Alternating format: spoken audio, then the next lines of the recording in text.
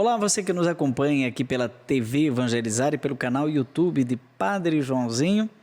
Esse é o programa Rema, uma palavra que orienta, que pode dizer o caminho, a meta, a direção. Rema é esse programa na TV Evangelizar que sempre traz uma pessoa que tem uma palavra certa, na hora certa, do jeito certo, para a pessoa certa. E hoje, nosso programa repete um convidado que já esteve conosco lá em novembro, né, há um mês atrás, menos um pouco, praticamente um mês atrás, falando sobre Maria e o Espírito Santo. Frei Jonas Nogueira. Agora acertei, né, Frei? Isso, paz e bem, Padre João. Alegria estar com o senhor aqui. Frades menores, porque tem alguns grandes... Eu sou pequeno, né? Eu sempre porque tem os descalços... Não, carmelita que é descalço, Isso, né? os carmelitas. Os franciscanos usam sandália. É. Por que tem ordem frades menores? Frades menores, isso.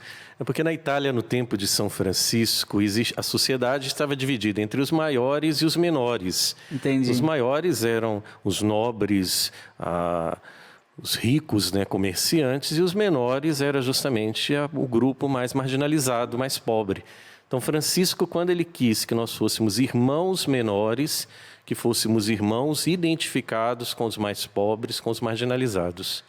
Então, tem uma mística, aquela mística do pequeno. Eu te louvo, Pai, porque escondestes essas coisas aos sábios entendidos e revelastes aos menores, Exato. aos pequenos, né?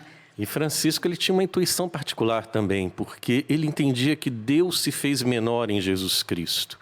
Então, se Deus se fez pequeno, se Deus fez menor, não existe outro caminho senão é o da minoridade. É uma mística. Bom, nós sabemos que essa ordem, fundada por São Francisco de Assis, lá pelos idos do que? 1200 e pouco, né? Pouco. Por ali, 1200, está muito longe, já são 800, 900 anos atrás, e essa ordem, ela se espalhou pelo mundo inteiro, e ela teve uma grande ligação entre esse amor aos pobres, mas também o cultivo da pessoa do Espírito Santo. Isso até deu problema, não deu? De fato, algum grupo dos frades se ligaram ao movimento de Joaquim de Fiori, que era um grupo mais radical, ligado à dimensão da pobreza, mas também à própria dimensão teológica da pesquisa. Quando, por exemplo, nós falamos de Maria e o Espírito Santo, não é? Os frades, eles se dedicaram a esse tema pelo viés da Imaculada Conceição, de como essa relação de Maria, desde o primeiro instante da sua criação, ela foi agraciada, recebeu essa graça. É claro que nesse período é mais cristológico que pneumatológico. Entendi. Então tem a ver com Maria, tem a ver com o Espírito Santo, tem a ver com os pobres, tem a ver com o Evangelho de Lucas, não é? Tem alguma coisa, alguma proximidade de São Francisco e São Lucas, porque Lucas também é o Evangelho do Espírito Santo, o Evangelho do Caminho, o Evangelho dos pobres, eu vim para evangelizar os pobres, e é o Evangelho de Maria. Aliás, o capítulo 1 é um Evangelho mariológico, não é isso?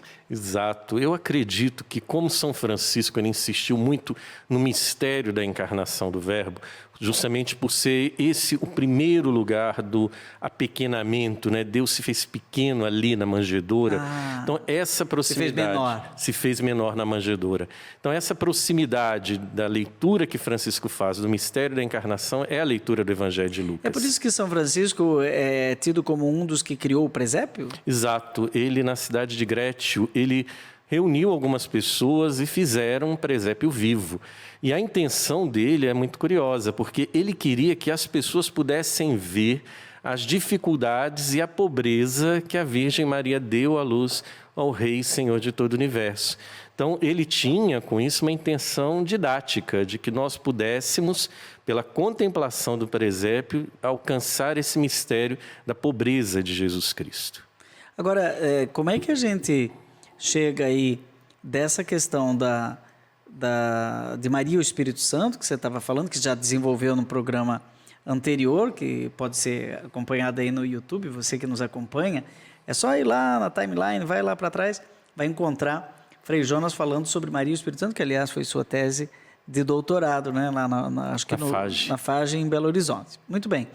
Mas Hoje nós estamos aqui neste programa no dia 8 de dezembro, que é solenidade da Imaculada Conceição.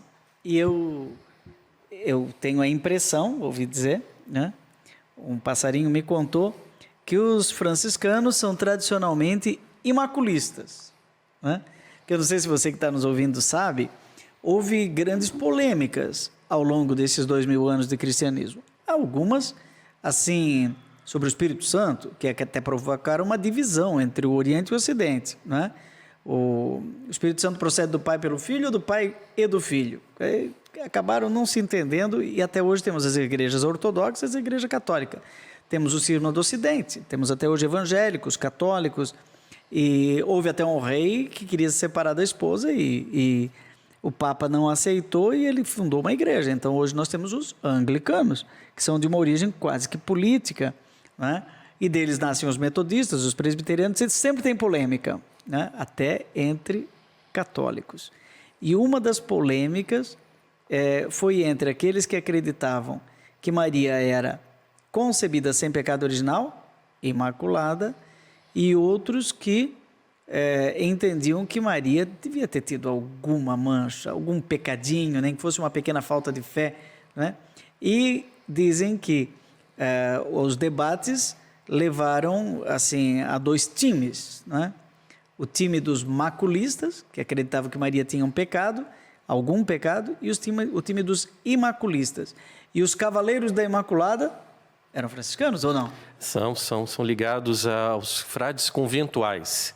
Porque a nossa ordem ela é dividida em 3 ramos. OFM, os capuchinhos e os conventuais. OFM o que é? Ordem dos Frades Menores. Então a sua é OFM? Sou OFM, isso. É a mesma da editora Vozes? Exato. Então você é da editora Vozes? É outra província, eu sou da província de Minas. A editora Voz é a província de São Paulo. Olha. Então, da província da Imaculada Conceição. Província da Imaculada Conceição. Imaculada Conceição do Brasil. Olha Não, a minha é Santa Cruz. A sua é Santa Cruz. Isso, mas aqui de São Paulo, os frades são desta província. São mais imaculistas ainda. Mais imaculistas ainda. E lá em Taubaté, onde eu moro, no conventinho, o conventinho se chama conventinho porque tem o conventão. E o conventão é dos capuchinhos, né? São capuchinhos? Porque não é o OFM, então, né? São conventuais. Sim. Conventuais são capuchinhos? São OFM, mas de um grupo antigo, né? Denominado conventuais. A ordem é a mesma, mas com esses 3 ramos. Eles são lá conventuais. E eles já existiam quando nós chegamos em 1919. Então criou-se lá uma casinha lá na Vila São Geraldo, e tinha o conventão, que existia desde 1600, né? Antes da cidade. Né, eles que catequizavam os moradores originários dali da região, ditos índios, né? Mas na frente desse conventão, me chama a atenção que tem o monumento à Imaculada Conceição. Olha. Que são imaculistas, né? A ordem no século XIII ainda estava um pouco dividida. Nós vamos ter grandes santos franciscanos, por exemplo, São Boaventura. São Boaventura era contrário à tese da Imaculada Conceição. Mas, com o século XIV, a gente toma na figura de Dom Escotos o grande defensor. Ele era franciscano. Franciscano, o grande defensor. Mas ainda sem as divisões, era um ramo só no tempo dele? Não, a ordem, ela nasceu numa única obediência, mas com tendências. Entendi. Então, existia uma tendência mais rigorosa na pobreza, tinha uma tendência mais rigorosa na pregação das cidades, outros frades empenhados na faculdade. Então, a ordem nasceu nessa pluralidade de tendências, mas todos unidos pelo capítulo e pelo ministro geral. Ok. Então, isso agregava todas essas tendências. Só que, com o passar da história, essas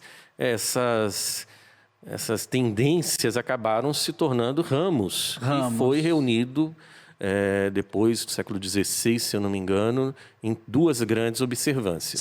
E, no fundo, é a família franciscana. A família franciscana. Tem leigos também? Temos a ordem secular, né, a ordem franciscana secular, e a segunda ordem, que é a das Clarissas, que são irmãs de clausura, e também, junto com aquilo que nós chamamos de Segunda ordem, nós temos as irmãs concepcionistas. Entendi. De novo, o tema da Imaculada Conceição ligado à nossa espiritualidade e à defesa da Imaculada Conceição. Vamos voltar aí. Você falou do Duns Scoto, né? Isso. Ele é um franciscano que foi determinante para que colocasse fim...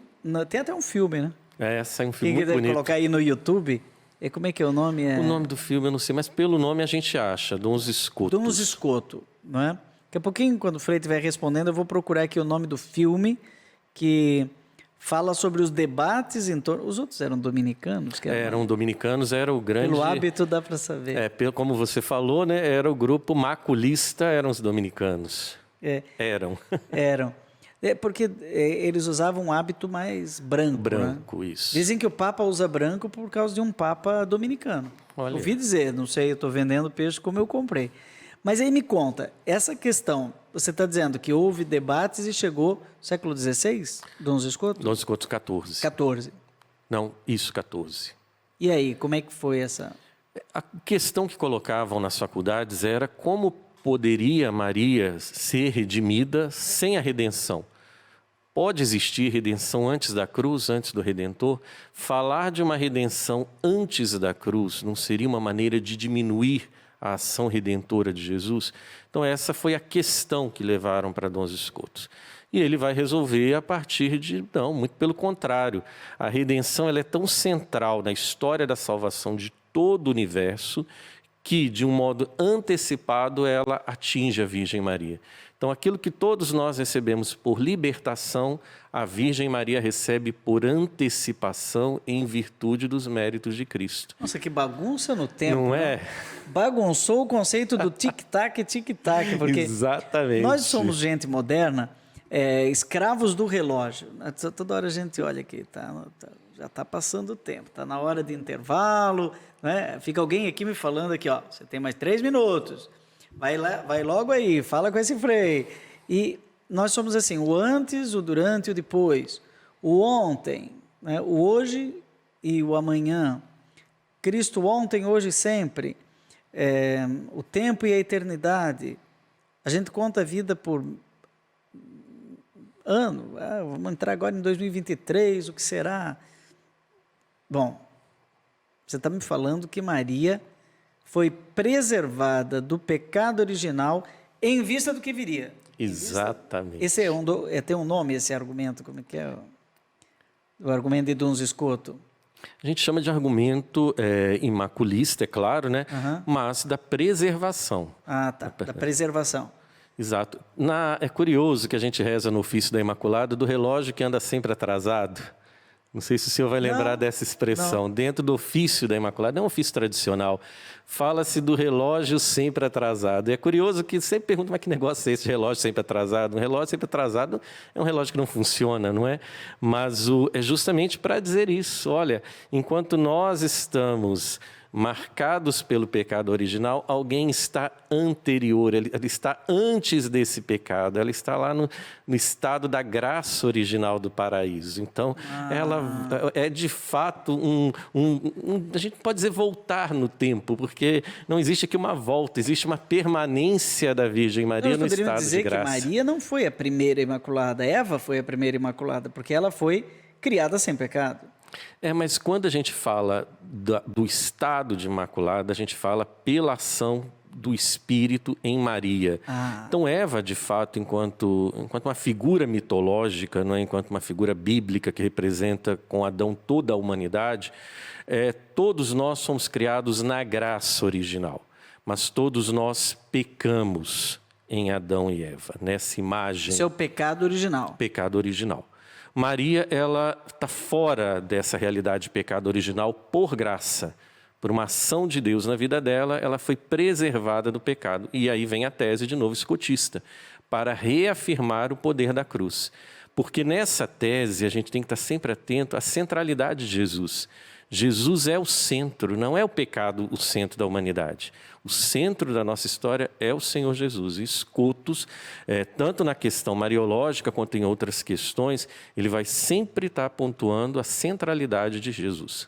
Aquela frase que atribuem a ele que Por que Maria foi imaculada? Porque Deus queria, podia e porque Ele fez. É o princípio de conveniência. O princípio de conveniência. Exato. Na verdade, o princípio de conveniência, enquanto associação ao tema da Imaculada Conceição, ele já vai aparecer em Eadmar. Se eu não me engano, antes de Dons Scotus. Nós temos, enquanto figura mais antiga da defesa da Imaculada Conceição, num âmbito, não vou dizer acadêmico, mas num âmbito mais de escritura, de texto, de opinião, Eadmar, que está escrevendo, colocando essa questão. Ele é discípulo de Santo Anselmo. Santo Anselmo já tinha colocado essa questão também, da Imaculada Conceição. Grandes teólogos, filósofos, né? Exato. E eles estão... filósofo, sim, né? Sim. É um pensamento filosófico, sobretudo ligado à questão da criação. E, de novo, o tema do Cristo como centro de todo o universo e centro da ordem, né? Mesmo antes da encarnação. Mesmo antes da encarnação. Então, quer dizer, quando nós olhamos para Jesus, o ponto da encarnação é muito importante. Nazaré, aqui o Verbo se fez carne, mas isso se prolonga até a criação. Exato. Aqui nós nos separamos, nós franciscanos, eu digo, da teologia tomista. Tomás de Aquino ele coloca que o pecado ele é a mola do mistério da encarnação. Porque pecamos, o Verbo se fez carne. Podemos, assim, de modo muito grosseiro, resumir isso. Mas Dons Scotus fala que de forma alguma, porque isso seria condicionar a encarnação ao pecado. A encarnação, o querer divino não pode estar condicionado, e sobretudo condicionado ao pecado. Ele é livre e gratuito. Ainda que o homem não pecasse, teríamos Jesus. Exato. Jesus não é fruto do pecado, é fruto da graça. Da graça. Gente, está interessantíssimo. Desculpa, dois teólogos se encontram, fica delicioso, pelo menos para nós. Espero que esteja delicioso para você também. Eu quero entender um pouco melhor essa questão do dogma da Imaculada Conceição, que a gente canta, a gente reza, que a gente é devoto da Imaculada Conceição, mas o que é mesmo isso? Imaculada Conceição de Maria. Vamos fazer um breve intervalo, voltamos já já.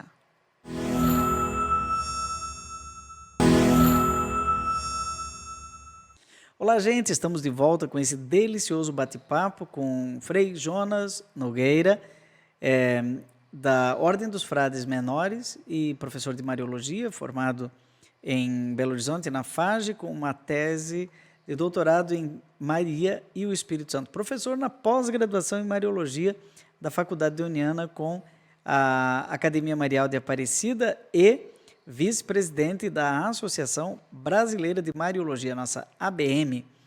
Então, nós estávamos falando, Frei Jonas, desde Duns Scotus, aliás, antes já, você falou de Santo Anselmo, desse dogma, né? Mas quando a gente fala dogma, tem um peso, né? Diz assim, é obrigado a acreditar.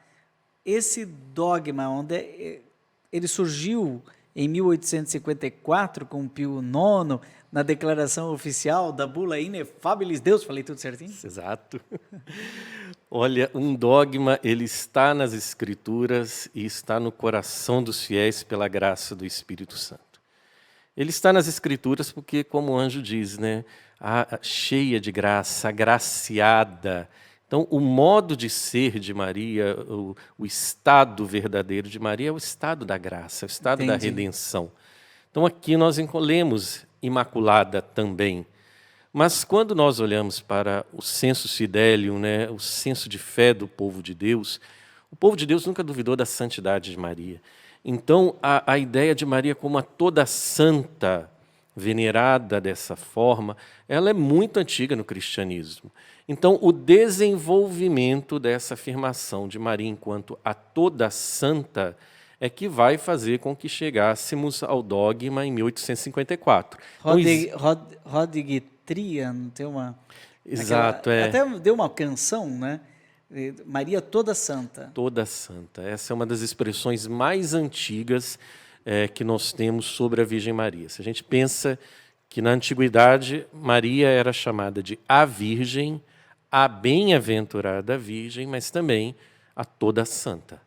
Então, estaria na pré-história do dogma da Imaculada Conceição essa afirmação que Na Ave Maria a gente traduz de maneira muito simples, né, como cheia de graça. Cheia de Ave Maria, cheia de graça. Que charitomene, né? Exato. Toda agraciada, toda santa, né? Toda tomada pelo Espírito Santo. Seria isso? O que é toda santa? Por que a igreja chama ela de toda santa já desde os primórdios? Não existia ainda o termo imaculada, mas já existiu toda santa. Toda santa, por causa justamente da encarnação do Verbo. Maria, o Evangelho de Lucas, de novo, não é? Ela é a morada do Deus vivo. Deus se fez carne no ventre de Maria. Então, a pessoa da Virgem Maria, ela sempre foi entendida como totalmente consagrada a Deus. E essa consagração é para o serviço, é claro, nós todos estamos destinados ao serviço, mas ela é o modo de ser de Maria. Então, toda a pessoa da Virgem Maria, toda a sua história, tudo aquilo que ela acreditou e amou, é marcado pela força do Espírito Santo. Então, desde sempre, a toda santa.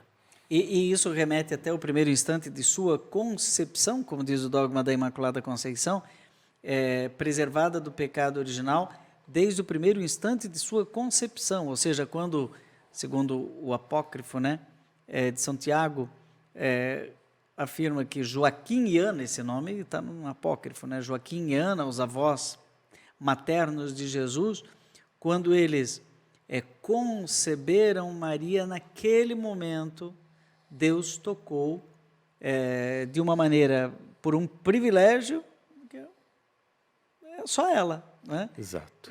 E a preservou daquela herança de pecado que vinha se arrastando no DNA da humanidade. Teu pai tinha câncer? Tinha, na boca. Olha, se você fumar, se você tem predisposição, não é isso que dizem, o médico diz para a gente, temos predisposição para o pecado porque toda nós somos herdeiros dessa tradição de pecado que passou de geração em geração. Quando chega Maria, Deus corta porque Ele queria, Ele podia e Ele fez. Ele fez. E é interessante esses saltos mesmo, essas pontuações, porque esse texto, né, do proto-evangelho de Tiago, nós estamos no ano 150. Então ali nós temos, e foi um texto, um apócrifo muito acolhido, com exceção de São Jerônimo, que não aceitou esse apócrifo, mas ele era muito bem acolhido pelos santos padres.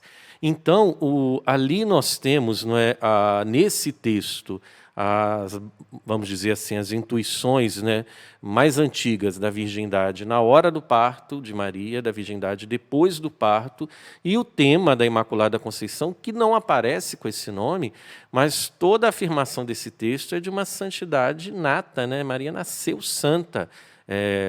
O escritor desse apócrifo, ele quer dizer isso para nós. Então, olha, nós estamos aqui em 150, depois a gente pula para Santo Agostinho, na discussão dele com Pelágio. Porque Pelágio, quando ele vai falar que o ser humano pode se salvar sem a graça de Deus, ele usa a Virgem Maria como um exemplo de uma salvação sem Deus, né? Ela, por si mesma, alcança a salvação. E Agostinho, o grande defensor da graça e da liberdade, né, vai rebater essa tese falando que não. Todos nós somos salvos pela graça de Deus. E aí Agostinho vai tomar de Romanos essa questão do pecado original e defender essa ideia que o pecado original é algo que ele vem a todos nós, nisso que o Senhor falou, com uma propagação, né? Desde Adão até hoje, o pecado original vai se propagando, com exceção de Maria. O Frei Jonas falou uma palavra aí, eu vou traduzir em miúdos, do pelagianismo. Pelagianismo, principalmente os seguidores desse Pelágio, eles acreditavam que a salvação era também por fruto do nosso mérito, do que a gente faz, né? E até hoje existem muitas tendências pelagianas, né? Há um o Papa Francisco fala muito isso. sobre o neopelagianismo. Pode deixar, Deus deu o começo lá, mas deixa que agora é comigo mesmo, né? Deus vai para a torcida e a gente é que tem que tocar a bola e fazer o gol. Mas para Agostinho ficou claro que quem nos salva é a iniciativa da graça de Deus. E é interessante que Lutero era um monge agostiniano. E ele olhando o seu tempo, ele dizia, mas espera aí, tem muita gente achando que está sendo salvo porque estava comprando o céu. Eu acho que Lutero, que fundou, um dos fundadores do protestantismo, né, ele deve ficar assim, ele deve se remexer lá no túmulo quando ele vê a teologia da prosperidade, né, que é uma forma de vender o céu. Exato. É uma perversão da nossa fé. Uma perversão da fé. Um agostiniano de verdade e um herdeiro de Agostinho, filho de Lutero, né, ele precisaria, então, professar a fé na Imaculada Conceição, porque no fundo é a fé na graça, ou não? É interessante, porque quando Lutero é um escritor difícil de se ler. Não por causa da escrita em si, mas por causa das variantes que tem o texto de Lutero. Tanto que alguns estudiosos em Mariologia, quando vão ler os textos de Lutero, gostam de falar que ele é um imaculista sereno.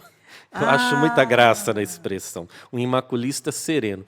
Ele não ataca... Eu estava falando intuitivamente, mas é verdade. Exato. Então? Ele não ataca a questão da Imaculada Conceição. Querido irmão evangélico, você que tem também um parente evangélico, preste atenção, o fundador mais genuíno do protestantismo ocidental, Lutero, era devoto da Imaculada Conceição, alguma coisa parecida. Ele tem um livro sobre Magníficat. Tem, que é maravilhoso, não é? A gente pensar que Lutero pensou a figura da Virgem Maria, a partir do Magníficat, como um tratado de moral política. Então, para qualquer pessoa que exerça um cargo de comando, um cargo de poder, um cargo de autoridade, olhe para a Virgem Maria, que você tem um modelo político. Lutero vai nos ensinar isso. Isso é fantástico. Se os nossos políticos hoje se inspirassem no modelo de Maria e a partir do Magníficat. Olha uma dica, você que é político, você que gosta de política, pega ali Lucas capítulo 1, vai lá para o versículo 50 e você tem ali: o Senhor fez em mim maravilha, derrubou do trono os prepotentes, elevou os humildes, os pequenos, né, os menores, derrubou, saciou de bens os famintos e aqueles que comiam tudo antes dos outros, despediu de mãos vazias. É um tratado de política. É um tratado político. E Lutero, ele, na verdade, com relação à Imaculada Conceição, ele simplesmente vai dizer que isso não tem base escriturística. Mas como ele não condena o tema da Imaculada Conceição e resolve apenas dizendo isso, não existe base escriturística, é que se costuma afirmar que ele é um imaculista sereno, porque ele não ataca. Então ele não ataca. Se ele não ataca, se levanta a hipótese que ele acolhe, mas não a defende também. Entendi. Então ele coloca nesses termos, olha, não está nas escrituras, ponto. Na verdade, quando falamos em Lutero, a gente está falando 1500 e pouco, o Brasil estava começando a receber os primeiros portugueses, a América Latina, América como um todo, os primeiros espanhóis, e já vinha junto a Imaculada Conceição. Né? Já vinha junto a Imaculada Conceição. É importante isso, porque a Península Ibérica, ela toma a defesa da Imaculada Conceição como um dos grandes baluartes das coroas, né, de Portugal e Espanha. Então, as duas coroas elas são imaculistas e a história do dogma da Imaculada Conceição passa por essas duas casas reais. Não é? Olhando, por exemplo, Espanha, as petições que foram feitas de proclamação do dogma da Imaculada Conceição são várias as que vieram da parte da coroa espanhola. E Portugal, por causa de algumas vitórias em algumas batalhas, estabeleceram que Nossa Senhora da Conceição, a Imaculada Conceição, é soberana e rainha, não é, de todo o reino de Portugal e as suas colônias. Então, o Brasil ele nasce imaculista. O Brasil nasce no colo, no berço da Imaculada Conceição. E tem como padroeira, né, Nossa Senhora da Conceição Aparecida. Isso nós estamos falando em 1717, a imagenzinha que há 300 anos foi achada ali na curva do Rio Paraíba, na nossa querida Aparecida, que abriga a Academia Marial de Aparecida, que nós estamos integrados ali, ela já é uma devoção em 1717. Mas veja, o dogma só vai ser proclamado em 1854. que essa demora? Se lá em 1300, 1400, nós já falamos, passamos essa história toda santa, lá no início, né? O proto-evangelho de Tiago, 150, né? O evangelho de Lucas, sei lá, anos 60, que Heritomene, toda cheia de graça, traduzindo assim, agraciada, e vai demorar 1854 anos com Pio IX. Por que tanta demora? As escolas teológicas se divergiram nesse assunto. Então, alguns centros teológicos, eles acolhem o tema da Imaculada Conceição, mas outros ficam mais reticentes, sobretudo ligados aos nossos irmãos dominicanos. Então, isso tem toda uma história, toda uma disputa teológica em cima do tema, porque nós não podemos pensar que Dom Scotus ele resolveu a questão. Ele entregou uma proposição coerente, que inclusive é a mesma que nós encontramos na elaboração do texto do dogma de 1854. O texto dogmático é um texto escotista, o argumento é escotista. Entendi. Mas nesse período continuou não sendo um tema consensual para a Igreja. Então nós vamos caminhando nisso até mais ou menos o quê? Vamos colocar até o século XVI ainda, né? Ainda tem contenda sobre essa questão da Imaculada Conceição. Agora, o povo, como você falou, o sensus fidelium, o faro do povo, a devoção, já tinha essa certeza de fé de que Maria é Imaculada, porque, como eu disse, em Taubaté, temos lá a Imaculada Conceição na frente do conventão. Em 1717 se acha uma imagenzinha de Nossa Senhora da Conceição Aparecida. O Brasil já nasce sob o berço da Imaculada Conceição. Parece que a reflexão vem depois, o dogma vem depois. Vem. E se a gente olha, por exemplo, eu falava há pouco, né, desse ofício da Imaculada Conceição. Ele era algo assim, extremamente popular na oração das pessoas. Então elas estavam rezando esse tema da Imaculada Conceição. Não era algo afastado, né, do senso de fé das pessoas, a santidade de Maria. Entendi. É esse ofício que tem até uma edição aí, muito popular, o ofício da Imaculada Conceição. Ele é antigo assim? Ele é provavelmente século XIII, século XIV. A autoria varia-se dos autores, né, mas é um ofício ligado à nossa história franciscana. Ah, é? Sim. A gente não consegue dizer quem é o autor, mas está dentro desse movimento imaculista da nossa ordem. Bem popular, né? Cantado, inclusive. Cantado, um português antigo, não é? Algumas palavras que a gente precisa entender bem. É verdade. Sabe que essas formas diferentes de rezar, o ofício, também o terço, elas são muito populares e vão voltando. O nosso fundador, o Padre Deon, tinha um terço do Coração de Jesus que ele chamou de Coroas de Amor ao Coração de Jesus.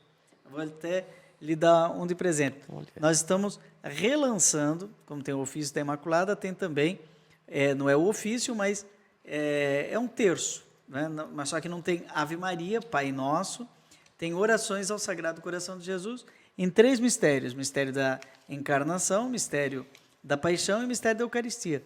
Aí a pessoa vai rezando, né, o tercinho, e é muito mais rápido, né? Um pouco naquela linha do peregrino russo, né, que vai repetindo as mesmas orações sempre, não é? E está surgindo como o primeiro livro da editora Sagrado Coração de Jesus, que existiu no passado e estamos reabilitando. E a apresentação aqui que a gente fez questão de colocar na contracapa é o Padre Zezinho. Muita gente não sabe o que é esse SCJ, Sagrado Coração de Jesus. Então essa é a editora SCJ, tá aí, a junção de um sacerdote do Coração de Jesus com um frei franciscano. Bom, nós estamos falando então de 1854, Pio IX. Né? Tem algum motivo? Porque parece que é o pontificado mais longo depois de Pedro, né? Tem um motivo, sim, porque aqui nós estamos discutindo, nesse período da história, o iluminismo, a questão do primado da razão, podemos assim dizer, tudo que não se explica racionalmente não deve se dar crédito. E como é que se explica a Imaculada Conceição? Como é que se explica a ação de Deus no momento da concepção de um ser humano? Essa subversão do tempo. Subversão do tempo. Em vista de uma coisa que é ia vir depois. Então, diante da sabedoria da igreja, não é trazer à luz um sentimento de fé que para o racionalismo não cabe, é dizer, olha, a lógica de Deus, a sabedoria de Deus se sobrepõe a toda e qualquer inteligência nossa. Olha, isso aqui dá pano para manga, eu quero explorar mais um pouquinho o Frei Jonas daqui a pouco. Você está celebrando hoje Imaculada Conceição, 8 de dezembro, né? Queremos saber por que 8 de dezembro, não é? Mas nós vamos fazer um breve intervalo e voltamos num minutinho.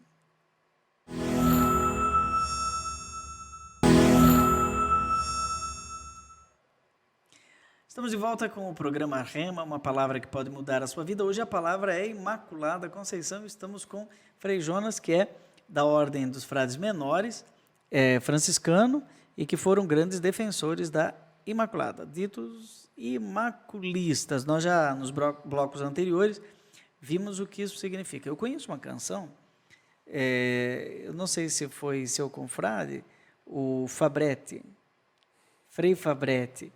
Ele tem uma canção que todo mundo canta, Imaculada Maria de Deus, coração pobre acolhendo Jesus.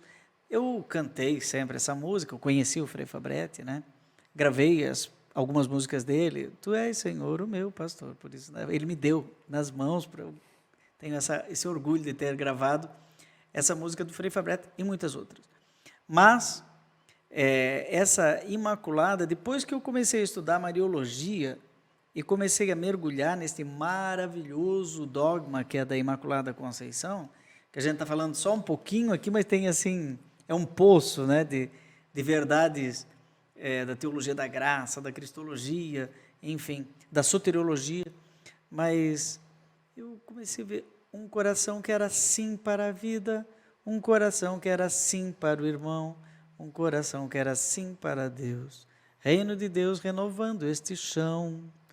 Eu tenho a impressão de que ali está o coração de um franciscano imaculista que entendeu o sentido teológico-pastoral do dogma da Imaculada. O que você sente quando, como franciscano, você canta essa música do Frei Fabretti, sendo um mariólogo, um doutor em Mariologia? Primeiro, um coração pobre, né? Um coração pobre é aquele, feliz os pobres, porque terão o reino dos céus. Então, Maria é a bem-aventurada, por excelência, pensando nas bem-aventuranças de Mateus, né? Capítulo 5, também Lucas, é claro. Mas Maria é a bem-aventurada por excelência porque tem um coração pobre, e essa dimensão da pobreza de Maria. Agora, eu gosto dessa música porque ela tem uma virada antropológica, né? Um coração que é sim. Porque a gente pensa, nós tivemos uma teologia muito marcada pelo não. Ela não teve o pecado original, ela não pecou. Imaculista é negativo. Exato. E, de repente, a música vai falar, olha, vamos virar essa chave. Ao invés de falar daquilo que não é, vamos falar daquilo que é, da prerrogativa da graça. O dogma, ele está falando, de fato, que Maria nasceu sem o pecado original. Mas quando a gente pergunta o que significa isso, de fato, para o homem contemporâneo, para a mulher contemporânea, é a plenitude da graça, é o primado da graça. Antes de tudo está a graça de Deus. É uma maneira de olhar o ser humano e todas as coisas com um otimismo fundado na força de Deus, na graça de Deus. Então, ela é esse sinal claro de um olhar positivo sobre todas as coisas, porque a graça é original, a graça sobrepõe ao pecado, e ela diz isso para nós. Então, essa música, que eu acho ela muito gostosa, muito delicada, mas ela guarda essa virada, vamos dizer assim, uma virada antropológica, não é? Depois tem uma outra coisa interessante nessa música, a segunda estrofe, faça-se em mim, como é que é? Faça-se, ó Pai, vossa plena vontade, que os vossos passos se tornem memória do amor fiel que Maria gerou. Reino de Deus atuando, né, na história. Não, daria assim um outro programa, só essa estrofe, né? Porque faça-se é o mesmo fiat, faça-se a luz da criação, e é o fiat mic, que é Maria, faça-se em mim, né? Só que lá é um Deus que ativamente diz, faça-se, e se faz, e fez-se a luz. Agora ela diz, faça-se em mim. E Ecce ancilla Domini, eis aqui a serva do Senhor, esse faça-se que a gente traduz como fiat, e é o sim. É um coração que era sim para a vida. Para dizer esse sim,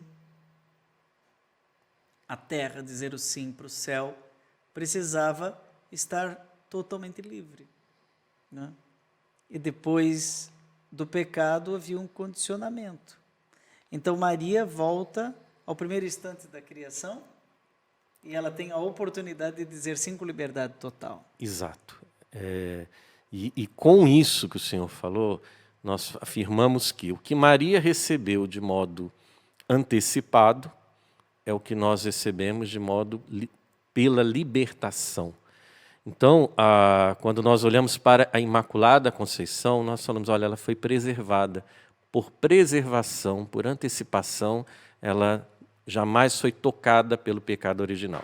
E quando nós olhamos para o nosso batismo, nós falamos a mesma coisa, mas de um modo diferente, pelo modo de libertação do pecado original pela graça do batismo. Mas então você está querendo dizer que o que foi para Maria no princípio será para nós no final, santos e imaculados? É para nós agora, batizados e batizadas. Nós somos santos e imaculados pela graça de Deus.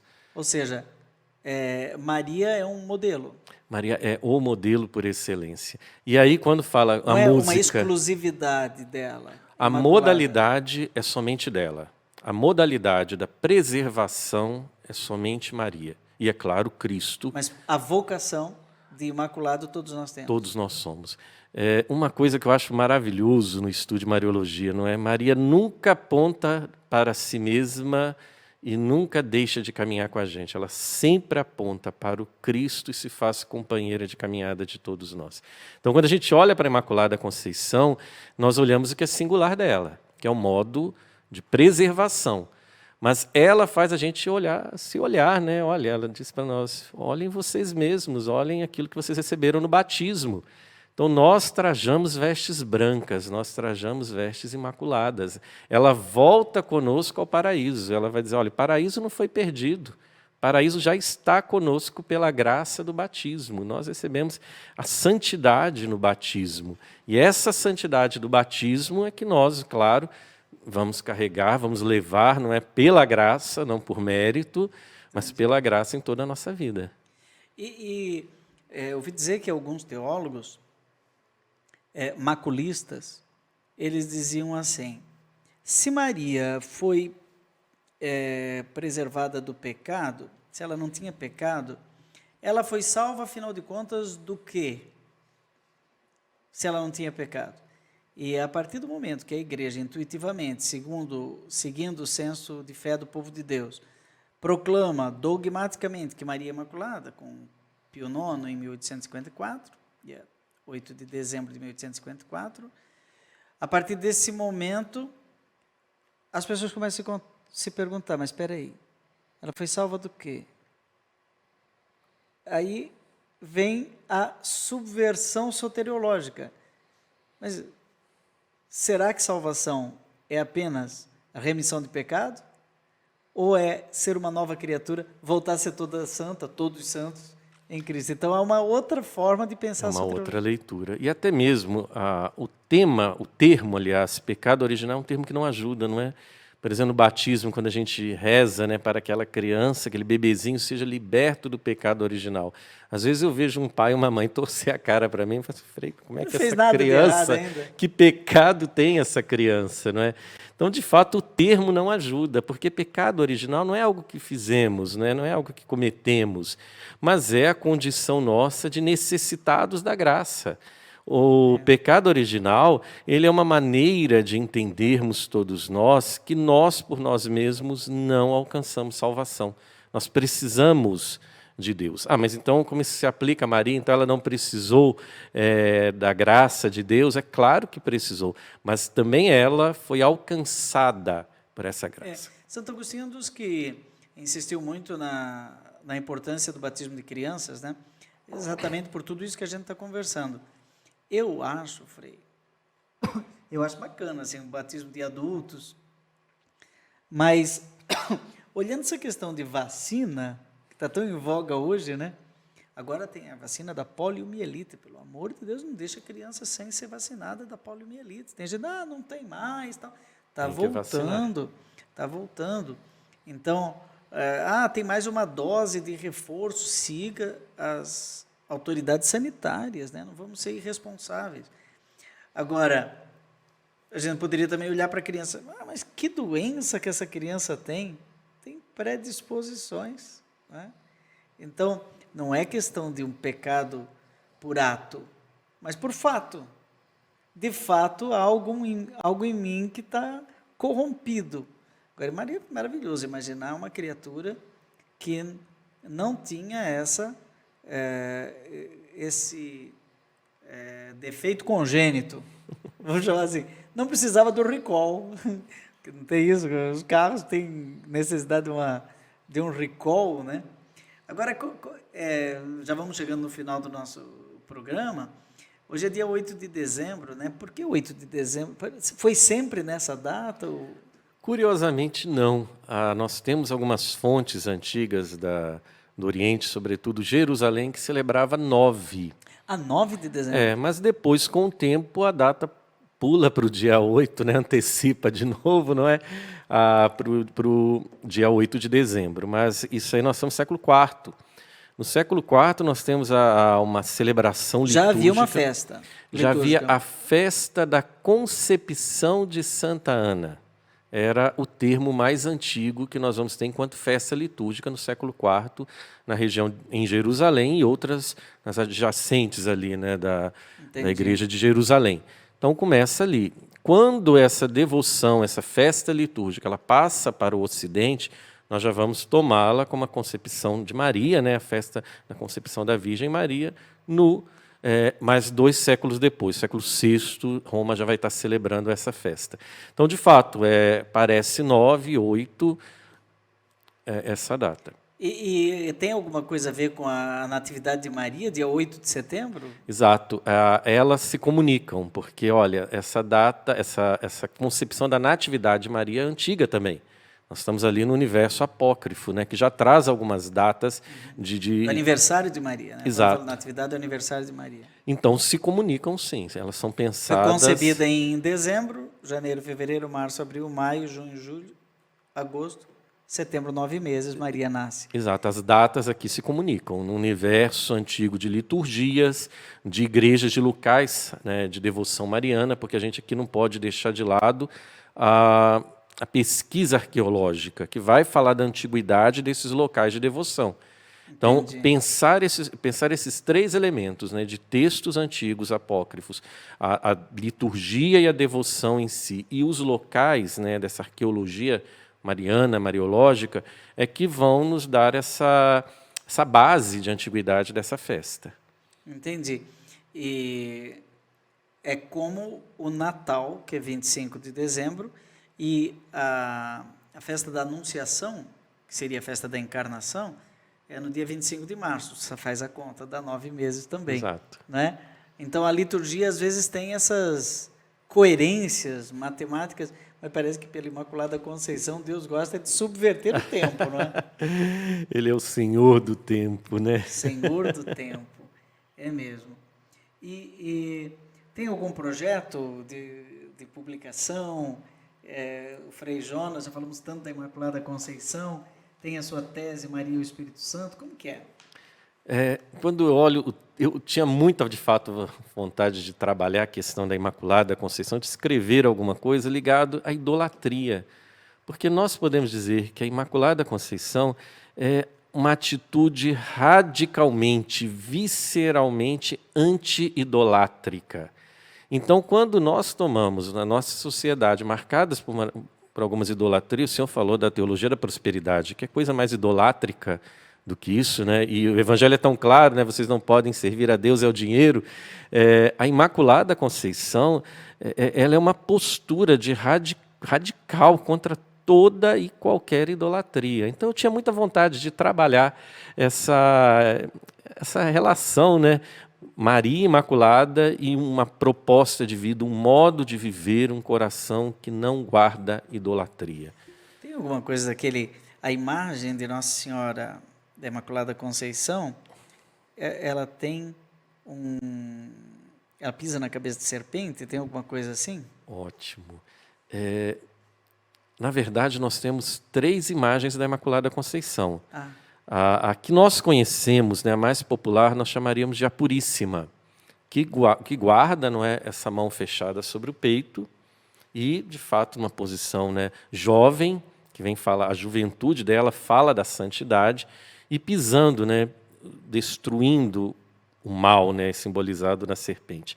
Então, olha que leitura fantástica a iconografia que nos dá, porque a serpente é o mal, né, ele é o corruptor. Então, ela pisa na cabeça da serpente, dizendo que, olha, eu não sou corrompida por esse mal, por esse corruptor, né, por esse inimigo da humanidade, que vai ser, inclusive, a leitura que chamamos de proto-evangelho, que é Gênesis 3, daquela luta da mulher e sua descendência contra a serpente. Então, isso fala para todos nós. Né, volta em Apocalipse 12. Exato, porque o dragão é um animal simbólico referente à serpente original, né, no paraíso. Não é? Então, tem isso. Mas nós temos também a Imaculada Conceição no formato barroco, que é a nossa querida imagem grávida, mas que é a nossa querida Aparecida, né, que é a Imaculada Conceição. Essa não pisa na cabeça da serpente? Eu acredito. Acho que não tem anjinhos. Tem anjos no pé dela, que já é uma leitura barroca. Agora, antes ainda, nós temos a mais antiga, que é a que é venerada pelas nossas irmãs concepcionistas, que a Virgem Maria tem um menino no colo, ela pisa na serpente também, mas o menino com uma cruz em forma de cetro, ele está matando a serpente. Essa é a imagem mais antiga da Imaculada Conceição, porque é o Cristo, e pelos méritos do Cristo, a vitória é dele. É ele quem destrói em Maria. O estar no colo de Maria não é simplesmente uma questão de proximidade materna, mas é dizer que em Maria o pecado original é destruído pelas mãos do próprio Senhor. Olha, gente, deliciosa a nossa conversa. Quero agradecer muito ao Frei Jonas. Só foi um começo, temos que falar mais de Mariologia aqui nesse programa Rema. Nós voltamos na próxima semana com um pouco mais, tem sempre uma surpresa neste mesmo horário. Depois vai lá no canal do YouTube, Padre Joãozinho, inscreva-se e você sempre vai ser notificado. Queremos agradecer a TV Evangelizar por este espaço e agora você fica aí com Padre Reginaldo Manzotti e sua experiência de Deus.